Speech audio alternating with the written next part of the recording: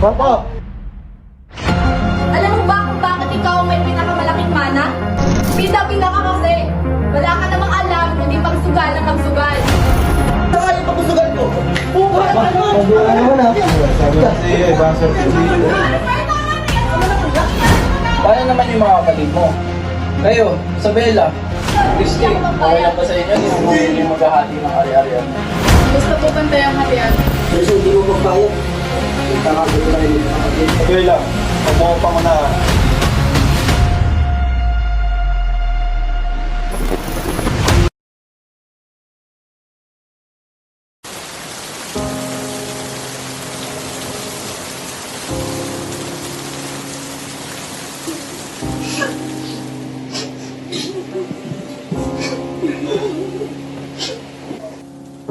Anak, Ha? ngayon makakasama ko na ang naman niya. Ikaw na ang bahala sa lahat. Ikaw na ang magiging skurang paligid ng tahanan. Ikaw na ang bahala sa iyong mga nakababata. Opo pa. Pangako po. Hindi po kita bibiguin.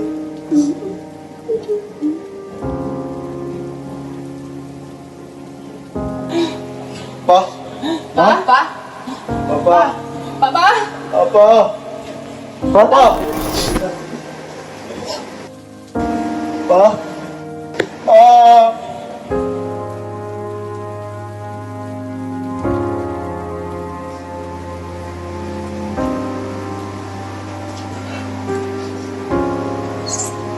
Ngayon wala na ngayon si Papa.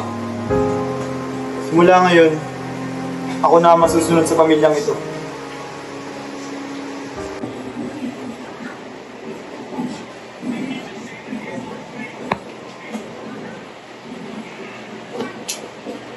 Hello, Tito. Meron po ng masamang balita. Wala na ho si Papa.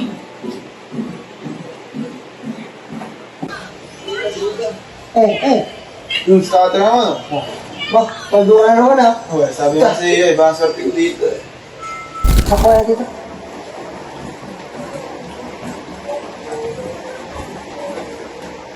Mga tiyo, mga ano. Kasi tawagan mo muna yung mga ate mo at kami mo yung mga tiyo yun. Te, baba ka dyan. Nandito sila Tito Cristo. Sabi ko kuya. Sige, bababa na.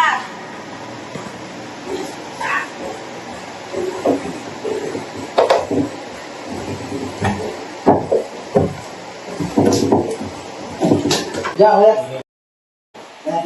Iyo, let's go. Uncle. Crispin, umupo ka dito ah. Pag-uusapan tayo mahalaga. Giselle, magtipla ko nga ng kape doon ng mga tiyo. Mga lolo mo.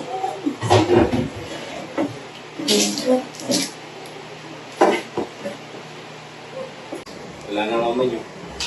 Ikaw, Ramon, ikaw ang pinakamatanda dito. Anong balak mo? Eh dito, sa napag-usapan namin ni Papa, nangako ko sa kanya na ako na ang bahala sa mga kapatid ko. Ano to, Ramon? Ano yung paghati ng mga naiwang ari-ari ni Kuya? Sa paghati-hati naman, Tito, ay ako ang pinakamatanda sa aming magkakapatid. Siguro, ako na ang bahala sa paghahati namin. Paano naman yung mga kapatid mo? Kayo, Isabela, Christine, okay lang ba sa inyo yung kuya niyo yung maghahati ng ari-arian, no? Basta po pantay ang hatian, wala pong problema sa amin. Magkakapatid naman po. Isabela, huwag mo akong pangunahan. Ano to, Ramon? Usap na pa ang laki ni Kuya. Ano bahala dito? Total, ikaw naman ang pinakamatanda sa magkakapatid. Oo, Tito. Ako na ang bahala. Kung gano'n, mauna na kami. Mag-iingat po kayo. Salamat po sa pagbunta niyo.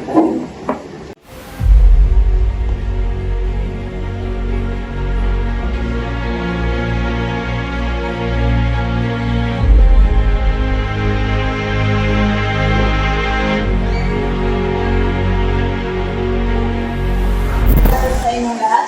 Ako po si Atty. Valera, attorney ng inyong ama. Narito po tayo ngayon upang basahin ang naiwang last will and testament ng inyong limang ama. Wala na po tayo. I, Crisostomo Montenegro, a resident of the city of Sena, state of Philippines, being of sound mind, not under duress or under influence, and with full understanding of the nature and extent of all property and this disposition thereof, hereby make, publish, and declare this document to be my last will and testament, and revoke any of all prior wills and promises that I have made. First item. I ordered that all of my just debt, both secured and unsecured, be paid as soon as possible after my death. However, I also ordered that my executor is free to carry, renew, and refinance any debt if doing is so is.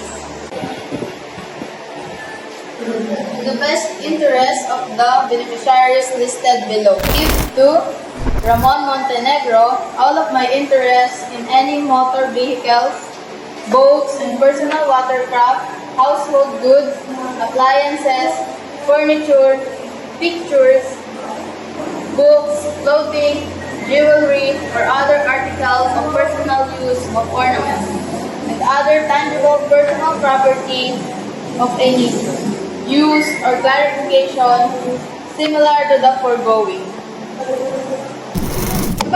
Attorney, bakit yun na nakasaad sa testamenting iyan? Bakit lamang sa panganay kong kapatid? Dahil ba panganay lang siya? At wala dito ang aming isang kapatid. Bakit nagkameron ng pagpupulong na ganito? Kaya nga, Bakit ba ang kulit mo, Christine? Hindi ka ba maliwanag na ako dapat na may pinakamalaking bahagi ng mana dito? Sino ba ang panganay? Di ba't ako? Hindi ako magbayag. Ba't ang kaya ako umaya? Pare-pares lang naman kami magkakapatid dito. Di ba kayong dalawa? Ganyan ba kayo pinakalaki ng tatay nyo? Dito ba kayo mag-aaway sa harap ng maraming tao?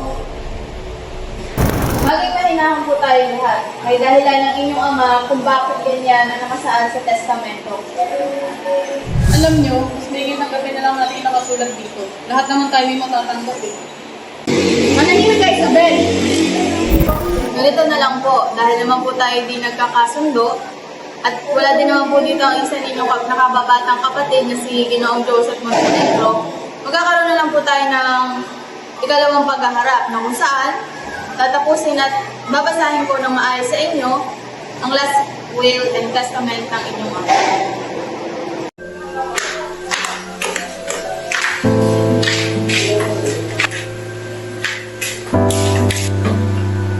Ano ba yun? Alam mo ba kung bakit ikaw ang may pinakamalaking mana? Bida-bida ka kasi! Wala ka namang alam kundi magsugal na magsugal. Ba, Christine? Di ko nagustuhan tono ng panalita mo ah. Di ka na ba marunong bumalan sa nakakatanda sa'yo? Saan kayo pagkusugal ko? Kuya, makaiman! Tama na! Kuya! Tama na, kuya! Kuya! Kuya, tama na! Ano ba? Tama na yan! Tama na, kuya! Nangyari kung mag-away-away tayo lahat eh! Tama na, kuya. Joseph, bitawa mo na ako.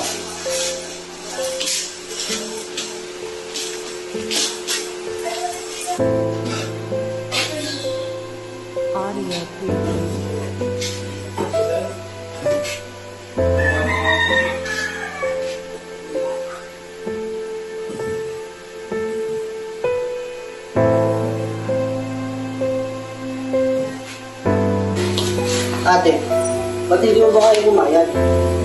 Si Papa naman may kagustuhan ng lahat na yun. Dahil sa hindi mo papayag, nagkakabili kayo ng kapatid.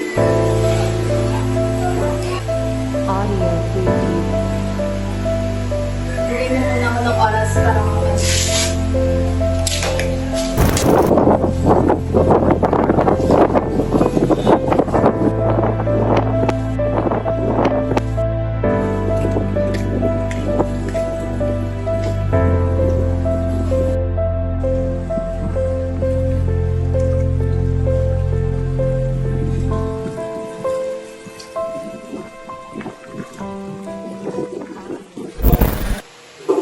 Dahil kompleto naman na po kayo magkakapatid, sana po ay napag-usapan ninyo sa inyong tahanan na kung paano nyo matatanggap itong iniwan na testamento ng inyong ama. Nakasaad po dito na kapag po meron sa inyo, sana hindi pumayag sa napagkasunduan o naitala ng inyong ama ay maaari po maiwan lahat ng ari-arian sarili na pili ng inyong ama. Sa inyo pong desisyon, ayos na po ba yung mga nakasulat nito? Kung ganun man po, attorney, pumapayag na po ako sa ganun hapian po. Ay, kung ganun, nakinig din ako, Atty. Valera, ang kagustuhan ng kapatid ko na si Christine, pumapayag na sa ganung hatian. Ngayon, dahil pumapayag naman si Mrs. Christine, ay meron po ako ditong kasulatan na kailangan yung lagdaan na katunayan na pumapayag kayo lahat na nakasulat sa last will and testament na ano.